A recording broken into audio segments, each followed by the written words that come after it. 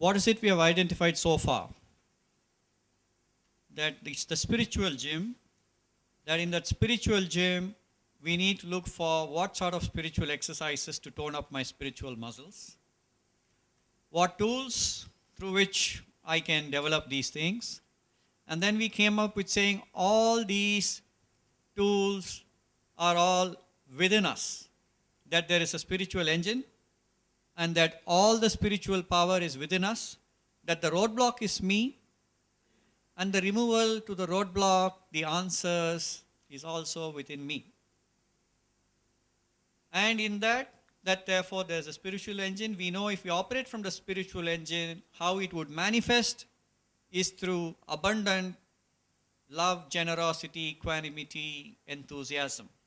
And that is what we want to reach. And that is the platform from which we operate. And to do that, we will have 2 more sessions which gives us an insight into our inner composition, and how therefore when we are aware of this and our inner composition, we can here to operate from that spiritual engine.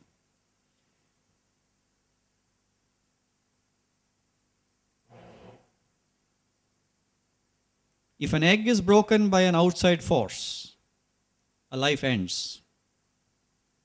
If an egg breaks from within, a life begins. Great things always begin from within.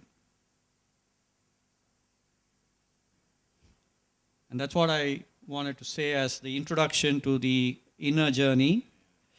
In the inner journey, we're going to cover 3 things which we must understand. One is the 3 gunas, or the 3 natures of which we are all made up of. We will just understand these 3 natures. And then we will see how in that one of the natures is a nature from which if we operate, we are closer to achieving the spiritual growth and the spiritual path. Then we will understand the mind.